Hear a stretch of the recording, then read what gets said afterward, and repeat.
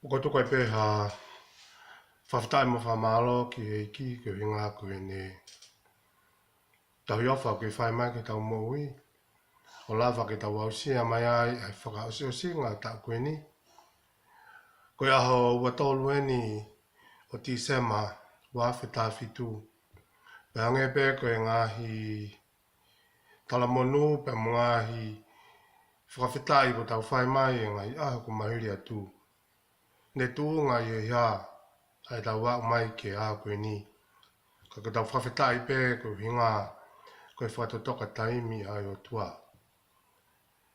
Ke tuku mai hatoe whainga maari e ka te ki tau tolo i kai ko hatoe mga tuunga ke tau mouta e aonga. Ka koe mga tuunga ke tau moui aonga i mga tuunga koe ni ke tau nofo mo mateu teu e ku vave ni toi whok mai. Tako whamala atu aga te kumotolu ke ngā koe ngā welahi ko tau peo tau whok mai ai talo e tau kamata mai e tau koe ni tau wak mai ni ke whakausinga o e tau proklama koe ia whakawike ki he tau wafe ta fitu ai ot motu a ngā whaka pe he whoki ke tonga mongo ke loto. Tako whamalo ko tau atu ai ke ngahi tokoni ka pe he ko mou tuku ho mou taimi ke tau whai ai a whamalo i aho ko tau pe e whiawhi ko tau pe ke iki. Paku tau haka ko tau pe ai whawhitai ka pe he pa mo gloria ke langlangia pe ai o tua i e mea ko tau pe. Paku tau whamalo ai ki he iki. Ko tu ko e hawa whakaosieni te ulawai ke ulela tua kuai i he whakasusinga tau koe ni. Ka tau tuk hoko atu ki he tau kahau. Ka ku ki mua koe ke tau hoko atu ko atu e ofalai ke te motolu. Ka pehe ki he talamonu mawinga atu ke te motolu ko ngā pe koe Christmasi te waki. Ka ke mo mau Christmasi whonu i e whiawhia. Koe he baka ni whampe ke tau sio ki ha wholawhala. Pea koe whakakaweinga pe ia pea mo e tau mua o e ngahi iako wholawhala ko tau whai mai o a mai ki ane pō. Koe toi whamanatu pe ka te tau tolu a mahu inga ko ia. Pea pehe whoki ko hana toi tānaki ka te tau tolu. A mahu inga ko ia o e aloi o Sisu Klaisi. A mahu inga ko ia o e katoanga whakatau ko taui ko Christmasi. Ko hana mahu inga ki tau ngahi noi. Koe mea ko toa pēke langi ai. Ai o tua koe tamai. Ko tau whawhetai ai ki eiki. Koe ako kore ke u sio ki ha wholawhala e pōko ni ko whampeke o tō mai. A patutohi a luke vahe uluaki ke tau sio ki ai. Vesi ko hana tolhiwa ki he whāni ma. Luke vahe uluaki vesi tolhiwa ki he whāni ma. Ai au pehea ni whārea. Pea nai tuuhaka e a mere i ngai aho ko ia o alu whakawave ki e whanua mo unga ki a kolo o siuta. Pea nai huia ki he whare o sakala ia o whetapa ki a Elisabethi. Pea nai pehe ko whanaunga Elisabethi ki he whetapa a mere. Pea hopo hopo ai tama. I hona manawa. Pe whakawhono a Elisabethi i he lau maari e maaneni. Pe nā rea aki e ia are o lahi o ne pehe. O koke e manui a koe i he whewhine ko toa pe. Pe aku manui a mo e fua o manawa. Pe aku whewhe nai eni ki a te au koe uhi kua hau au a whae a hoku eiki ki a te au. Pea wakai kua o ngarewa a reo. A o whetapa ki o ku teringa. Pea hopo hopo whiawhia a e tama i hoku manawa. Pea ku manui a aia kua tui koe uhi. E whakamone ngai mea ko ia aia na e whakahaki a te ia. pe me e iki. Whamalolahi ki he iki. O ko te ka pau te u fotu mai ha ka veinga ke whai ki ai ha tau whamamau i e pōko ni ke toi whamanatu pēga te tau tolu ai mahu inga ko ia o i aloi o Sisu Klaisi. O ko hanga he e ngai vesi na kutoki lau atu o mai ka te ki tau tolu ai whakamanatu ko eni ai mahu inga o tuitala pēa mo e talango fua ka kato ki e iki. Ia ka veinga koe ni, o amusia ai tuitala he te nau mātā ai o tua. Amusia ai tuitala he te nau mātā ai o tua. He koe monu ia anga ia o e alo i ko e tau tuitala ki e ngai wholofola a Klaisi. O hange pē koe ako nā tau whaoskia e ne pō i lai koe a mātiu tala mai ta koe uhinga o hoko mā a Sisu o ki kai koe uhinga ia ke ulaki o mai a Merino ka koe uhinga ke veloaki mai a here tā koe ia koe wholofola e o tua. He koe foundation mo e basis o e tau mo ui whalau maari e. O ku tohu katoa ia i e tohu koe ni koe wholofola e o tua. Koe whakakaukau ia ai o tua. Koe palani ai o tua. Koe akonaki ai o tua o ku whaawaki kotoa i he ene wholofola. Pea ni whakahako lewa ke kakano aki mai i a Sisu ai whakakaukau kotoa ko ia ai tolu tahai o tua. Ai wholofola. Pea hoko mā Sisu ke ne whakahoko kakato ke whahinga i tangata. Ai pōpua ki ofa ko ia ai o tua i kai te whalonglong ai o tua lauf ke tohi a he pelu. Nene whakahoko mai i ngai whonga ke kehe e ne tala monu pa mo ni whenga ke tangata ke whakafoki ange mo tokanga ange ke te ia hiri a hinga ai urak matua. Pere whakawhonga mai i he whonga ke kehe i na tula. Whakawhonga mai i he kau angelo. I he kau mātu a. Le pōpua ki mai, whakawhau mai, i he kau palo whita. Pe koe ni kua au ki he taimi, kua ne pehe, koe whaunga mahuinga taha pē, mea pē e lava ke mahino moongo ki he loto, whakapo uri o i tangata.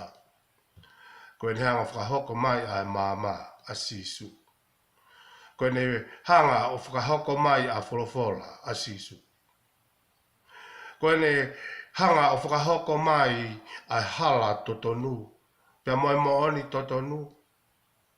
Pea moe mo ui ko Sisu pe ia. I kai ke te ha mea ia ku whia mau i Sisu me te tau tolu. Kai koe tui tala pe pea mo tala mo fua. Ki hene whekau. Ia pōko ni au tau talanoa ki he talanoa maari e koe ni whekau aki. Pea mo mere whae a Sisu. I halatu whakakaristia ne, o ku kau whoki ai mahina ti se mā, ki whahai tau o ku ui he kau karistia ne koe whahai tau o Adveni. Pe koe hunga koe whahai tau o Advent. Pe koe hunga o Adveni, koe hoka mai a Sisu. Pea ka whakakaukau e te veni ko pau ke ulaki hoko mai a Sisu i he ane first coming, ka behe whoki e toi hoko mai i he ane second coming. Pea ka hokorewa ki ta huanga whakamanatua i Tisema i he wike hono wha aho hono wanima ai mahu inga koe ni. Ai hoko mai a Sisu ene uraki hoko mai a Sisu ke mamani koe ni. Ai a koe alo ia. Koe that's koe first advent ia. Pea koe kai ka ngā tai. Pai uhinga ia koe ni o Adveni. Oi whahai tau koe ni.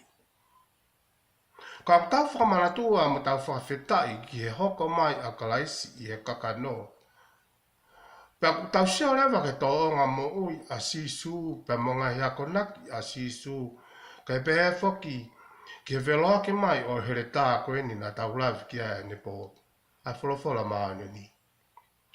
Pea ku hoko lewa ke palotoloto i he tau mo ui a ngā hiako naki a sisu ke tau fōu i he hala, ke tau fōu i he moni, pa ke tau mau ai mo ui. He koe ngahi alunga kotoa koe ni o hanga i sisu o tala mai koia pe ai hala. Koia pe ai moni pe a moe mo ui. Koe a manak a ngā ia o i karistia ne ki he second advent, koe second coming. Sisu kalaisi. Pea matamata ko hona whataata mo oni eni. O e tau ngā ue aki. Ai onga o wawe ua koe ni i he tau ko tau pe ura ki o tau whakamanatu ai alo i. Uhi ngā be koe tau honga ia koe hoko maa a kalaisi. Koe ne ura ki hoko mai e ke maamani koe ni i he kakano. Pea, te haka whaki o tau te ngāwa ke o wau koe ni o whakamāwai o tau. Ko tau hanga tukuange a tau ko e ni, mo tau amanaki atu ki harerei ki he tau kahau. Pea, o tau whaangau e aki ka pau pehe ka ke kaptene sisu. I he whanonga ke tau whou. Hei kai ke iai ha manaki le rei. Koe amanaki koe ke second coming a sisu o whaunga pehepe. O ki kai ki tau toi nafo, mo tau nafo i he ngahi tono uno o e hane a whika au tau ngau e ke mea ku hoko mai e aha koe ni. Pea moe amanaki le rei, o he ngā pē koe ne wholofola whai, ngau e he tau moui. Pe he taimahi o tau whawhanonga o ke whamawai tau o pehe mai. Aluatu ai tau motua. Hoko mai ai tau whou. Ia manaki koe ni. He ola rei ai ngā au e kotoa pē. He tau whou. Ka koe ki ke ola rei ai ngā au e kotoa pē. Hoko mahina pe ia. Ko pau ke pure au niu a sisu ia. Ko pau ke kapteni. Pe ko pau ke tataki e sisu ai mea kotoa pē. Ho whanonga atu ki he tau kahau. Tai mlai ku tau whakatu e tau ngai whakakaukau. O whau i he kakai toko lai koe ngai commitment pe koe ngai resolution.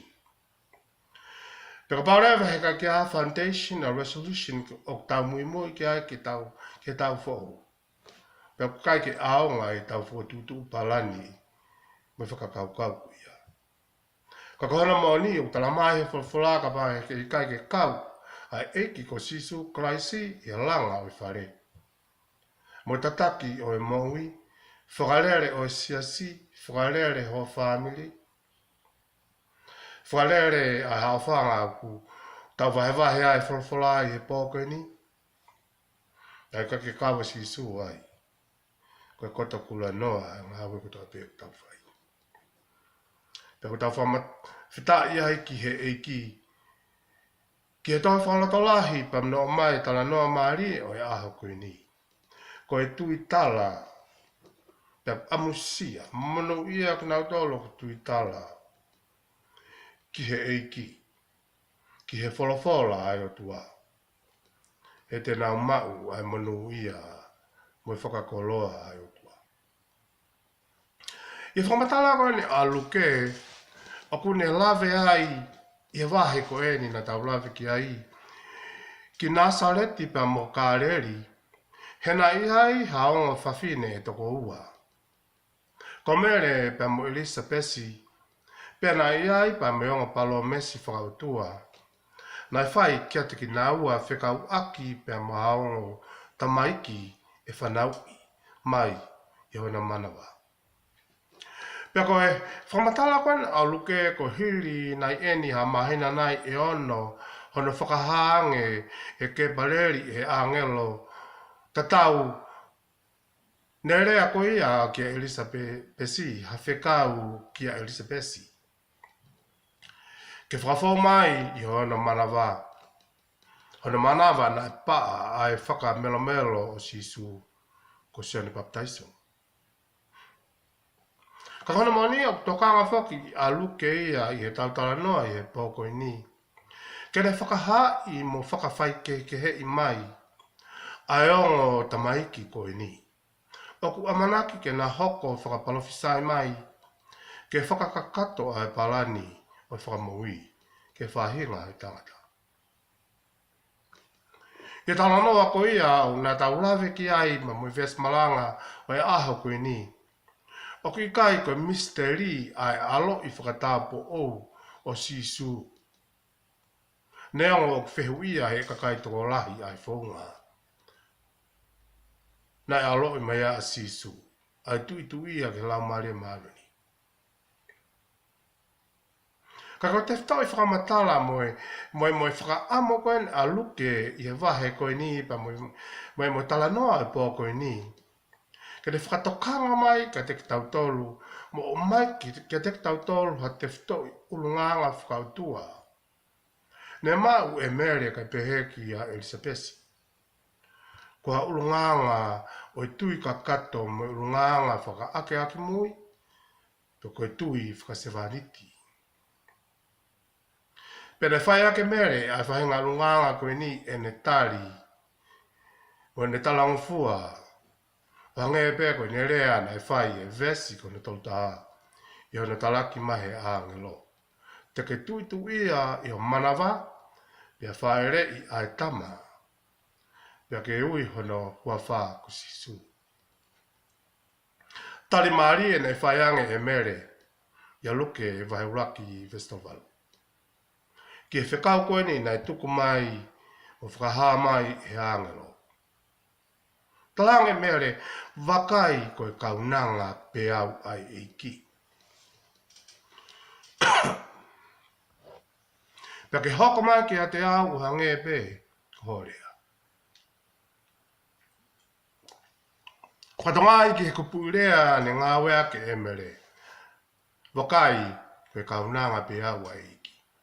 Ai mahina taha, koe mea ngā au e pe au ia ke whai te riha ai ai eiki. Pia ke hoko mai ki a te au o hange e pe, horea. O ngā wea ke mere a rea ko ini.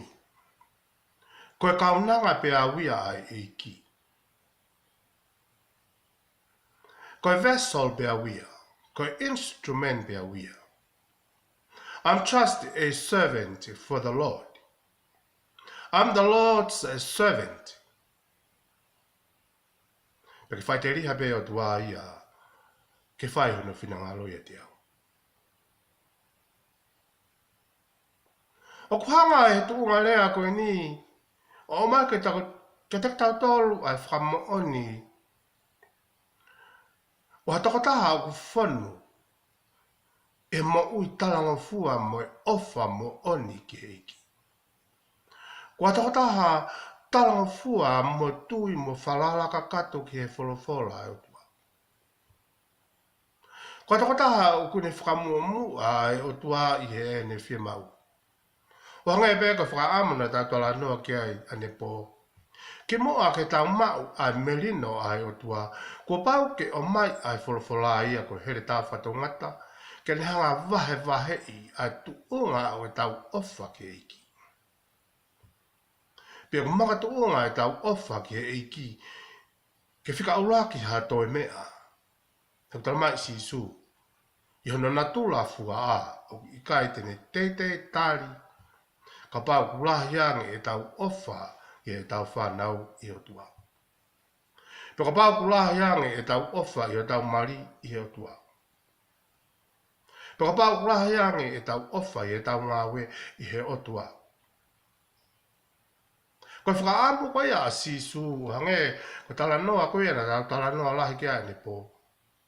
Ke tau hanga o iloi ho tau tuunga, pia ke tau lawarewa ke tau iloi ho tuunga i a te tau tu. Ko sisu o kwhai tu uni i a te ki tau tu. O hanga e pe ko rea koe ne tola mai e mere. Wakai koe kaunanga pia uia. Koe se vani te pia uia ai eiki. O koe kai ke ia ai ha to tonu a kuia. Tonu taha pea si suia. Pea ke hoko ke whai te riha pea si suia. Pea ke hoko ke whai te riha pea eiki ia. E moui. Tamatua ka whia maui ai o tua ke whai te riha i e tau moui. Ko laka atu koe ni o Edveni, mai whakaamu ko ia ke tau wau mo tau tatari ki he amanaki ko ia o tau whoki maa sisu in a second coming. Kua si hoko maa sisu ia i hene first coming. Ne hoko mai e kakanu. Pane hau ia whae ngā we ki he mamani ko ni pia ikai ke tau tari e tau tolu koe whaunga na tau tari a ki ia. Koe tau tangata a mo hoko ai ki tau hanga kalu se whai.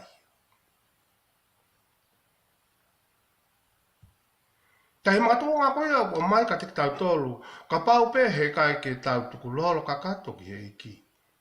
Koe mahu inga ia o i Christmasi. Ko haloto o whato ki lalo, ko haloto ko hangepe ko rea koe o talamai e mere, ko se vaniti pia uia.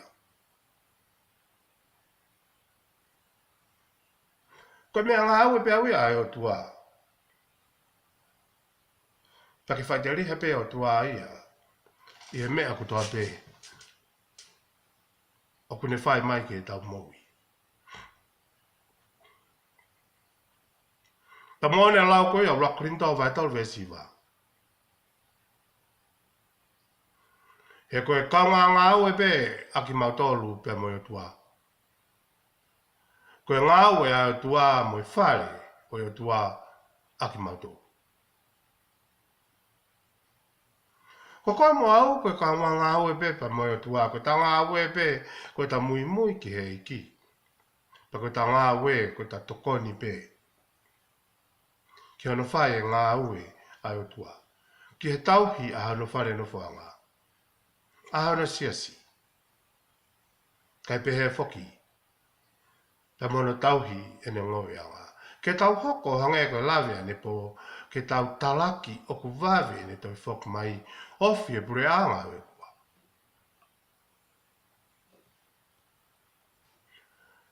Pea kuhe lewa a maari a rea koe a mere. Tala mai e mere wakai koe kaunanga pe a wia a iki. Ke hoko mai ki a te au o hange pe ko horea.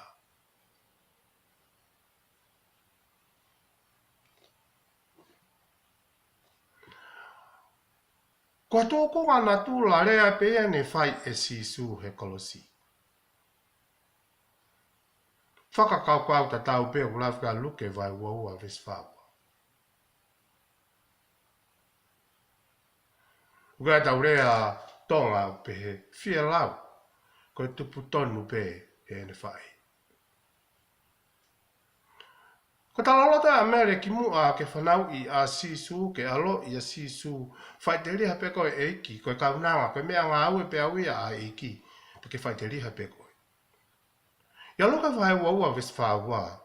I te waki koe ia i hono tutoki o klaisi. Rea maare ne whai sisu, ka pāte mo whanau ki ai. Puki kai ki ke hea mo rea koe ni. Nai whai e mere. Ia loke vai rak vestoval. Ia loke waua vesfawa.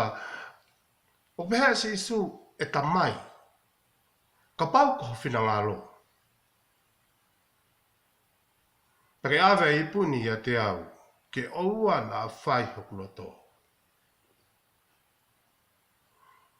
Ka ke whina ngalo pe o.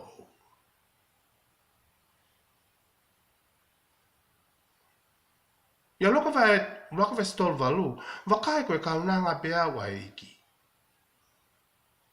Ke hoko mai ki a te au hange pe korea. Ka pau te tau hanga o toi rephrase a loka vai uraki vai stol valu. O ki kai ke aha kehe ia. Pa mo rea koe na luke uoua vesfawa. Ke whai pe whina ngalo. O ou e tamai. Ko si so ia ke ne tamai. Tanga si so ko awia, na o mai pe awe ke mamai ni ko ni ke mea ngā awe aki e ko maui pe whai pe hau whina ngaro. Neango e mawha tuki tuki pa neango e whainga taa o i whono ngā. Whai pe hau whina ngaro e iki. Tala mai mere, iyo, whai te rea pe ko e iki ka pahau ko whina ngaro ia, neango e ku palani. Pa neango e ku palani ko ni pa mo so sefa ki ha whamiri. Ko pao ke whakatataria. Kai whai pe hau whina ngaro. Koe anu ngā koe kaunanga pe hau ia. Kai mea ngā hau e pe hau ia ai iki. Pako tō koe hoki au ko mai ka te tau tolu i ngahi ahau koe ni. Ka parawa i aha mea ke tau rea aki ki he otua. Pako tō koe uki pe nia. Eiki koe mea ngā au e pe ki mau tolu ia. Whai te ria pe ko pe whai pe ho whina ngalo.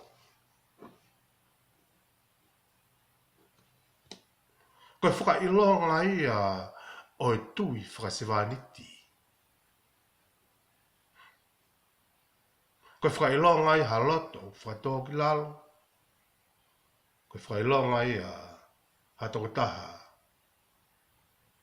O ofa moni ki otua.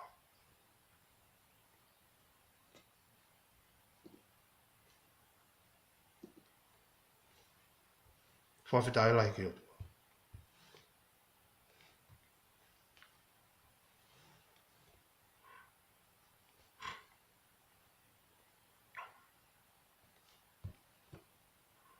Peko tui, he aha koe ni, koe taha ene, te to i whakakau ke te tau tolu ki ta mai noi. O kai ki te ha mea ma winga, kai ko tuku lolo ka kato pe ki e iki. Whamaloa te motolu e whatongia ko tau peo tau whai. Peke langi e peo tua e mea ko tau pe. Neango, koe ki i live at pe ni a ki he talateu, o vesi koe ni. Ka ko tui pete tau tuk hokat ki ai. I he tau sesin hoko mai. I he wike kahau. Tapu kena mtoe ki, whawhoket.